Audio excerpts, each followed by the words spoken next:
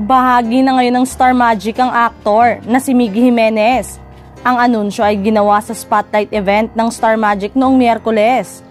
Marami ang humanga sa pag-arte ni Miggy matapos lumabas sa programang Senior High. Sa nasabing programa, si Miggy ay gumanap bilang si Poch na naging romantically involved sa karakter ni Zaijan Haranilla na si Tim.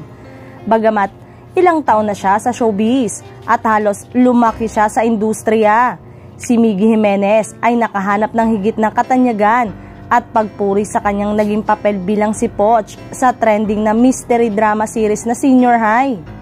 Si Miggy o Enrico Micael sa totoong buhay ay isinilang noong January 23, 1999. Samantalang, ang daming pasabog ng Star Magic headed by Direk Laurenti Joggi ngayong 2024. Ang kinasabikan ng mga fans noon tulad ng mga Star Magic Prom na kung saan ay nagsasama-sama ang lahat ng mga artista nila. Pero ang talaga namang inaabangan ng lahat ay ang makita ng mga fans ang mga magagarbong gown ng mga dilag na artista, ang mga nagkikisigang male star nila.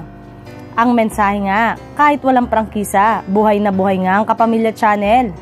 We're trying to continue to serve. We're here. In fact, may mga taping na rin naman, may mga rally na rin naman, di ba?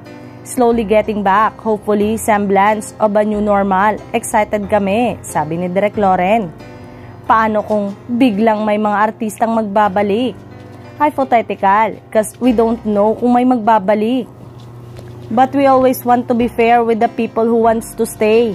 We have to wait it. Ang importante sa amin ay kung sino ang nagstay. Yun na lang muna ang focus. Kung sino ang nagstay. Kung sino yung mga pumili sa amin bilang maging Staragic babies.